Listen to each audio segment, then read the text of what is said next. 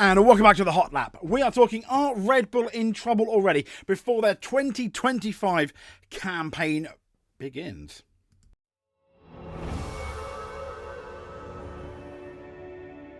So as some of you know, Sergio Perez is gone from the Red Bull team. He's no longer racing in Red Bull, which is something that many people completely agree with, including myself.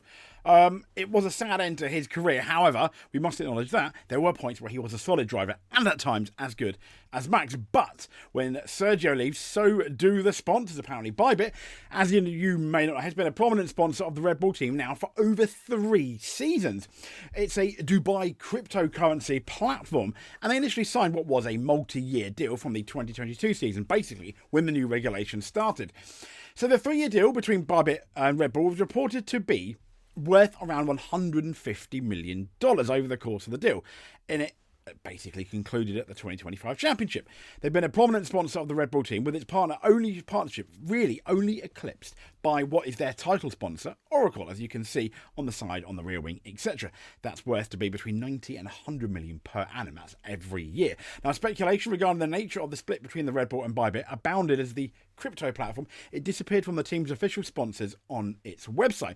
ByBit, I hope I'm pronouncing that right, and Red Bull, they were in talks initially of extending that partnership, but there was all this uncertainty in the crypto market, so maybe we can't completely blame Sergio Perez in the face of, and this was in the face of the US presidential elections. Supposedly, they opted against continuing its F1 involvement at what was such a high level. But as one sponsor departs, it's set to unveil several prominent sponsors from different sectors from the F1 as the 2020-2025 season kicks off.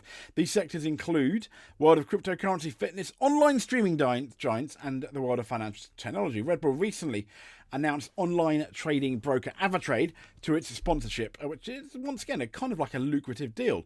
They appeared on the RB20 for the finale of Abu Dhabi, for the keen-eyed of you, and they also sponsor Red Bull's Driver Academy. Separately, Red Bull have also announced a 3-year deal with video conferencing technology partner Neat. So things aren't looking as bad for Red Bull. Yes, they have, however, lost some sponsors, which we might get into in a second. So Red Bull has lost major sponsors, as here. When it comes to the question of technical impact, the partnership with ByBit had nothing to offer on performance side of operations, but its contributions were limited to fan engagement through NFTs, something Red Bull has presumably decided to move away from. And Red Bull can afford it, says someone. Yeah, I'm pretty sure that Red Bull can indeed afford it. Red Bull, so we've got no more ByBit sponsors and no more Perez sponsors. This, if I can get this up, this is the list of sponsors from Red Bull. We've got Rocket, Mobile One, obviously Tag Heuer, not Rocket, ROKT. They're ones that basically they borrowed from McLaren, if you remember, Tag Heuer and Mobile One, but very much, Red Bull. But they have lost sponsors from the Sergio Perez. Also, their merchandise would have gone down from getting rid of Sergio Perez. Everyone says it was the sponsors and the money that Perez put in that stopped them getting rid of him any quicker than they really did. But are Red Bull in trouble? Well, Verstappen has come out and he said Verstappen and Red Bull start the 2025 F1 season with what many consider a big advantage. This advantage, as you know, every 6 months, F1 teams, they are measured on where they are in this Constructors' Championship. And based on those rankings at the beginning of the year and around June time, the teams get their wind tunnel times. So during the 2024 season, as the reigning world champion, Red Bull had the least wind tunnel times. It was only in the second half of the year did McLaren take the lead over the championship. And then in closing stages, Red Bull was, sadly for them, overtaken by Ferrari. So they're third place in those final standings. That means Red Bull will miss out on a hefty summer prize. I'm sorry, I was distracted by that rather big man, which I'm currently reading. I'm just going to refresh the screen so you guys can see for yourself. But in the place of the final standings, Red Bull ended up, as we all know, they very much finished third in the championship. Okay, they have more wind tunnel time. Yeah, I'm distracted by this guy here. But there we go. So third place in the final standings means that Red Bull, for the 5th time, run out. They're going to miss out on a hefty sum of prize money, but they enjoy that advantage. So from January the 1st, from yesterday basically, at the time of recording, the Milton-based squad, the Milton-based team, they're going to get more wind tunnel times than both of their rivals, other than Mercedes, so Ferrari and in particular McLaren, because of the fact they finished third. McLaren is going to be at the big loss.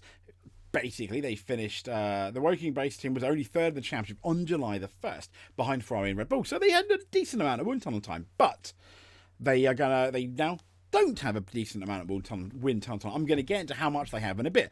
Verstappen, though, is happy with the wind tunnel time. He said, we have, I guess, a positive. We won the drivers, didn't win those constructors, so we gained a bit of wind tunnel time. In a way, maybe that's positive.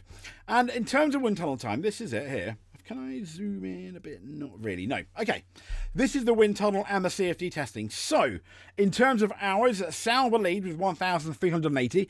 Then it's Williams on 1,320. Then it's RB, Red Bull sister team, or junior team, 1,260. Haas F1 have 1,200. That's 100%. That's the 100% of the time. So, Alpine at 1,140. Aston Martin 1080 or 1080, Mercedes 1020, and then we get to Red Bull 960. They have a significant more amount than McLaren still. So from 900 hours have Ferrari and 840 have McLaren. Now you look at the difference, 840 to 1,380. That is a massive, I mean, that's pretty much a whopping. I mean, 115% have kicked Sauber and just 70% have McLaren for the 2025 season, for the first half. The significant thing about this also is a lot of teams are going to be from the 1st of January. They can now look at and start designing their 2026 cars. That is very significant, simply because it's a very important year this year. I mean, Red Bull did all the homework in 2022. Look how good they were. Mercedes did all the homework in 2021, and 2022. They were amazing. Mercedes did it in 2013 to 2014. They were amazing as well. So McLaren are at a slight disadvantage. Not quite, not quite using one leg to win a race, where everyone's got the two legs, so to speak. But they're still, I think, at a disadvantage. They have to work smarter in respect of that. But it's not all plain sailing for Red Bull, because Max Verstappen, he has dropped a bombshell on Red Bull's 2025 car, saying it could be their toughest challenge yet. So Max Verstappen, he's revealed that his team has been working on their 2025 car. It is in full swing, but securing, if I can just zoom in, securing a 5th championship is not on his mind yet. In addition, he did admit that Red Bull won't be the favourite team heading in to the 2025 season, despite the extra wind tunnel testing they've got. So in 24, as we know, Red Bull faced its most challenging season of the ground effect era since 2022, grappling with both on-car track, or both on and off-track issues, internal power struggles, and the loss of their technical director, Adrian Newey. Now, the first 10 races of the season saw Max Verstappen win 7 Grand Prix, but there was a balance issue on the RB20 caused by performance. And as the season progressed, we had people, like McLaren, Mercedes, and Ferrari very much cut them up. But it was Verstappen's early season dominance, if you remember, that really helped him get that title. And he said about the season, I'm not expecting us to go into next season as the favourite, but that's a good challenge. I like it. Well, hungry you didn't, did you, Max? So, yeah, but we'll see. Is he up for the challenge, Max Verstappen? Absolutely, he will be. If we have the Max Verstappen that can keep his head and doesn't throw his toys out of the pram, I think we can. I think this year is good for Max, having all that competition for the championship from the beginning of the year. Even if he doesn't win it, I'd like to think he's going to grow as a driver, because when we had those close calls in 2024, it was a bit sad, really, looking at him like that. So I've no doubt he's going to have to grow as a driver in terms of those wheel-to-wheel battles where he's proved a bit wanting, really, because he quite often, he admits it himself, goes over that limit. But he said we went into 24 season as favourites, so maybe it's good for us as a team. A little wake-up call. Come on, guys, we've got to be on it, and it's a nice challenge to try and be back on top, because I think we're still not quick, but we are getting there, and sometimes we're able to win again. He said that's at least possible at the moment, and it's a good challenge over the winter to push, learn from the mistakes, learn from what we learnt in the season, and how to optimise the car performance. He said the car is getting better, it is still not fixed, but we're getting on top of those things, and I'm sure if we really nail our issues, we can actually unlock a lot more performance out there. So there we go. So things not looking as amazing as they were this time in 2023 going into 24 for Red Bull, but I don't think all is lost. And what what I think will happen is things will even out, and I will be very surprised if Max Verstappen is not in the hunt for the championship, along with Lando Norris, Oscar Piastri, the two Ferrari drivers. I think the biggest question mark may well be, bear in mind they finished quite far behind, is where Mercedes is going to finish, where Mercedes will be. That, for me, is a bigger question mark than Red Bull going into the 2025 season, albeit I do think all those teams we mentioned are going to be quite competitive. So if you made it to the end, give us a subscribe. Just watching the video is enough for us, and we'll speak to you soon. Excuse me. Thank you very much.